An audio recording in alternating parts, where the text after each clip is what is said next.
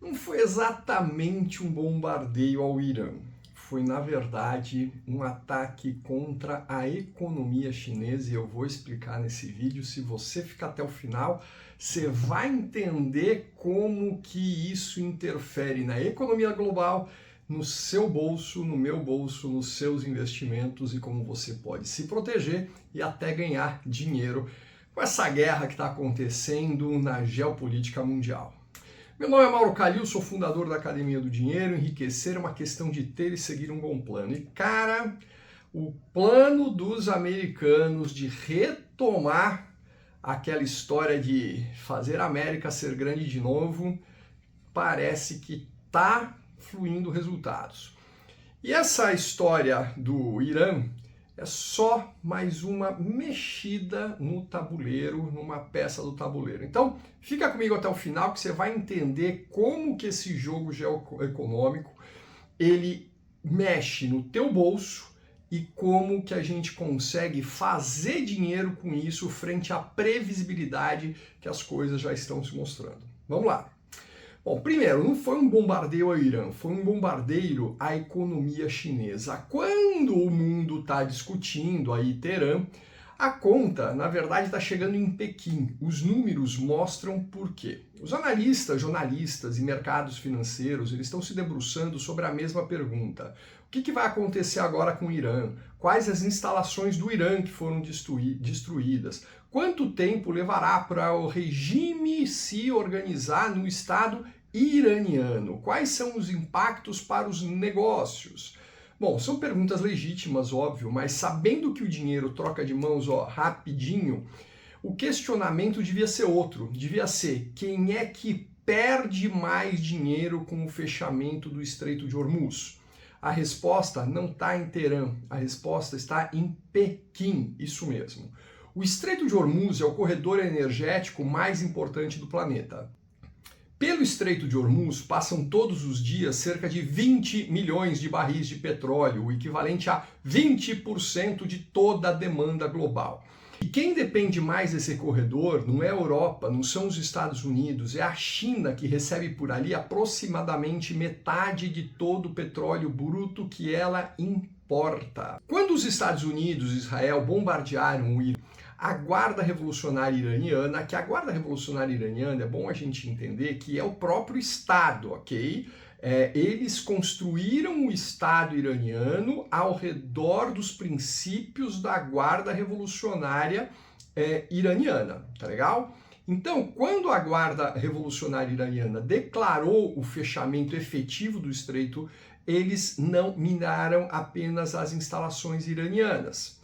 Eles miraram com precisão cirúrgica na jugular energética da segunda maior economia do mundo. Até parecia que os americanos ou sabiam da previsibilidade da reação dos iranianos em fechar o Estreito de Hormuz, ou já tinham até combinado com algum agente duplo lá dentro de que eles iam fazer isso. O que você acha que é mais provável? Que os americanos soubessem dessa previsibilidade como uma retaliação dos iranianos, ou que eles têm alguém ou alguns agentes lá dentro que compartilham interesses comuns com os americanos? Diz aqui nos comentários.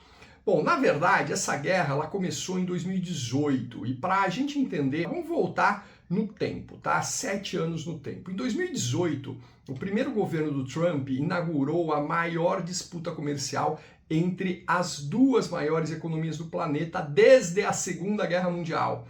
A justificativa era que o déficit comercial americano com a China, naquele ano, atingiu 419 bilhões, e isso é real.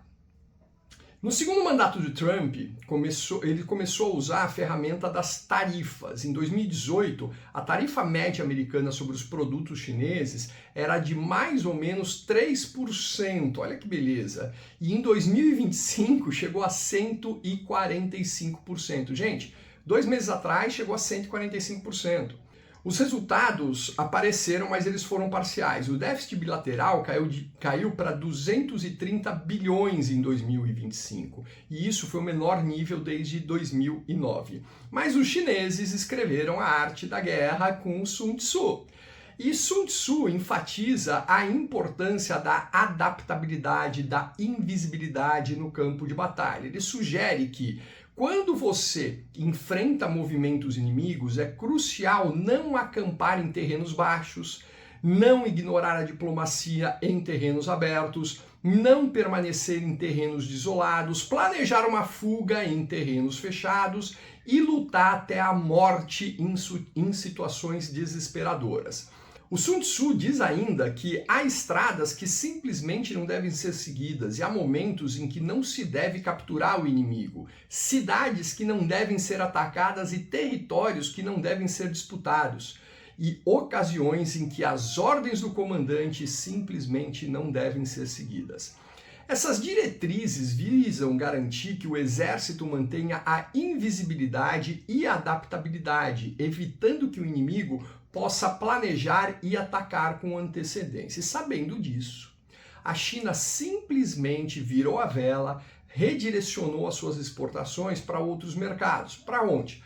Europa, Ásia e América Latina. Hoje, a China é o nosso principal parceiro comercial. E ela alcançou um superávit comercial global recorde de 1,19 trilhão em 2025. E as tarifas do Trump, elas machucaram sim, mas elas não foram suficientes para machucar profundamente a economia chinesa. Afinal de contas, a evolução é o que faz você crescer e sobreviver. Não é ser o mais forte, é evoluir. Ainda assim, outros indicadores revelaram que o custo dessa guerra para a China foi grande. O crescimento do PIB desacelerou de 6,6% em 2018 para uma projeção de 4,2% em 2026. O desemprego entre os jovens de 16 a 24 anos chegou a 21,3% em 2023. E as exportações chinesas para os Estados Unidos caíram 28% em 2025 em relação ao ano de 2024. Ao mesmo tempo que a economia americana parece não sentir falta dos produtos chineses, a estratégia americana precisava evoluir por conta dessa resiliência chinesa. Precisava manter a ferramenta das tarifas e, ao mesmo tempo, ir para algo mais estrutural, mais permanente e muito mais doloroso. O que as tarifas não conseguiram, o petróleo pode conseguir, pelo menos por enquanto.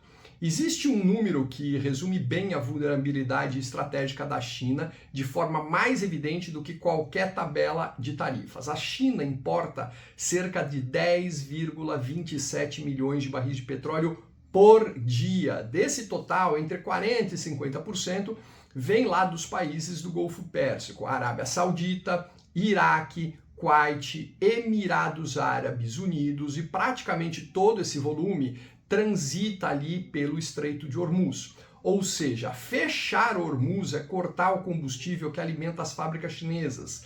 E a China é uma economia de fábricas. O setor industrial representa quase 37% do PIB chinês, mais do que o dobro da produção americana, que é de 17%. Para comparar, nos Estados Unidos, cerca de 80% do PIB vem de serviços e eles têm o maior PIB do mundo, coisa de 40% a 45% do PIB mundial. Como eu já disse, parecia até que os americanos sabiam que os iranianos fechariam o Estreito de Hormuz ou já tinham combinado isso com algum agente duplo. E você pode pensar, mas o petróleo caro é ruim para todo mundo, inclusive para os Estados Unidos. Sim, nos Estados Unidos o petróleo caro é ruim, mas na China o petróleo caro pode ser devastador. A dependência vai além dos números do Golfo. A China também é o maior comprador de petróleo iraniano, absorvendo mais de 80% de tudo que o Irã exporta. Em 2025 foram em média 1.380.000 barris por dia, com descontos de 10 a 11 dólares por barril. Isso é muito desconto. E com o Irã sob ataque e Hormuz fechado, esse fluxo simplesmente some e não existe substituto imediato. Primeiro, porque a cadeia produtiva de petróleo ela é muito complexa, não é como uma fábrica de camiseta ou de boné que você aumenta a produção em umas poucas semanas. E depois, porque quem tem o fornecimento sabe da necessidade e vai exigir muitas garantias e preços sem os descontos que o Irã garantia. Assim, o custo de cada barril fica mais caro e quando o petróleo sobe, a China não paga apenas pela gasolina, ela paga por tudo, tudo fica mais caro. O petróleo está no começo da cadeia de produção de plásticos, fertilizantes, tecidos sintéticos, embalagens, pneus, tintas, solventes, etc, etc, etc. Tudo que sai das fábricas chinesas com destino para o mundo tem um pedacinho, tem um quinhão de petróleo envolvido. Portanto, um choque de petróleo é simultaneamente um choque de custo de produção. Como eu sempre digo, dinheiro é bruto e a matemática é cruel. Temos estudos do FMI e de alguns economistas especializados que estimam que cada aumento de 10% no preço do petróleo reduz o crescimento do PIB chinês em aproximadamente 0,15 a 0,2 ponto percentual. O petróleo já custou 147,50. Eu, pessoalmente, não acredito que vai voltar nesse valor. Mas se saltar dos 73 dólares, que é um valor pré-ataque, para uns 130 dólares, um salto de cerca de 78%, dentro das possibilidades históricas quando nós falamos de conflitos envolvendo o Irã, o Oriente Médio, o impacto potencial no PIB da China seria de 1,2 a 1,5 ponto percentual. Isso em uma economia que já projetava crescer apenas 4,2% em 2026, o que para a China é bastante pouco. Em outras palavras, o conflito pode cortar pela metade o crescimento econômico da China nesse ano. Tem uma ironia dolorosa nessa história. A ironia cruel é que o Irã atingiu seu principal aliado. Quando ele fechou o Estreito de Hormuz em resposta aos ataques americanos e israelenses, o Irã prejudicou mais o seu principal parceiro comercial do que os próprios agressores. Os Estados Unidos são hoje o maior produtor de petróleo do mundo, cerca de 13 milhões de barris por dia. Eles são exportadores líquidos de energia. O petróleo mais caro, no curto prazo, até beneficia as empresas americanas do setor, inclusive aquelas que já operam na Venezuela, que teve lá um caso um pouquinho anterior a esse, né? Então você começa a entender a ordem genial dos acontecimentos, nada é por acaso. A China, ao contrário, não tem esse amortecedor. Por conta do sigilo de vários números que o governo chinês impõe, só é possível estimar que a reserva estratégica de petróleo da China seja entre 800 milhões e 1 bilhão de barris, e esse é o único colchão disponível. E mesmo esse estoque seria suficiente para apenas algumas semanas de disrupção antes da escassez se transformar em uma crise real de abastecimento industrial. Não é por acaso que a China é o país que mais rapidamente pediu cessar-fogo e diálogo nos últimos dias. Não é idealismo, é autopreservação econômica. Gente, não tem bonzinho nessa história não, tá? Todo mundo olha o seu e ponto final, é assim que o mundo gira. Você deveria olhar o seu também e já já eu vou falar de como a gente se protege e como a gente ganha dinheiro com isso. Então essa guerra comercial, ela tem múltiplas frentes. O ataque ao Irã não aconteceu no vácuo. Só é mais um capítulo recente de uma estratégia americana, um plano, ter e seguir um bom plano, de contenção da China que vem se desenhando há anos e ganhou uma enorme velocidade desde 2018. Primeiro as tarifas comerciais, depois as restrições a semicondutores e a Huawei, depois as tarifas ainda maiores do segundo mandato de Trump, depois a captura de Nicolás Maduro e a interrupção do fluxo de petróleo venezuelano para a China e agora os ataques ao Irã. Cada passo dessa sequência atinge direto ou indiretamente a cadeia produtiva, o crescimento e a segurança energética chinesa. O Irã foi o alvo dessa semana, mas a China é o contexto e o pano de fundo de cada decisão. Essa leitura não é conspiracionista, é geopolítica aplicada. Os Estados Unidos sabem que o maior ponto de vulnerabilidade da China não está em Taiwan, não está nos chips, não está nos dólares da reserva internacional, está no petróleo que alimenta suas fábricas todos os dias. Bom, e o que vem a seguir?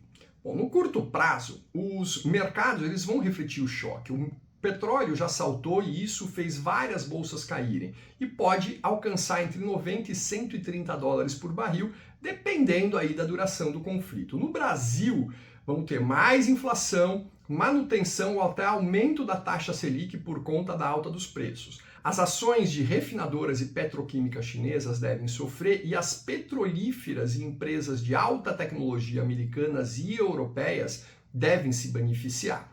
As empresas de energia renovável e de carvão doméstico lá na China podem se valorizar como uma alternativa de emergência. No médio prazo, a China vai acelerar o que já vinha fazendo, diversificar suas fontes de energia, apressar a eletrificação do transporte. E os veículos elétricos, não sei se você sabe, eles já representam quase metade das vendas de carros novos lá na China. E vai buscar também alternativas de abastecimento via Rússia e Cazaquistão por dutos terrestres que não dependem de nenhum estreito marítimo. Mas isso demora. No curto prazo, a dor é real. E quem não vê essa dor é porque está olhando para Teherã quando deveria estar olhando para Pequim. Meu nome é Mauro Kalil, sou fundador da Academia do Dinheiro. Me segue para mais conteúdos, que é onde você vai ter um grande aprendizado.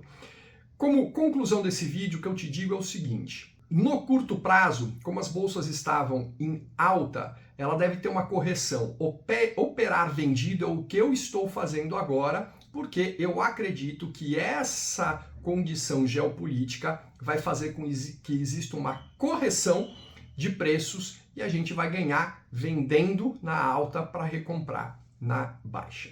Um grande abraço, te vejo no próximo vídeo. Até!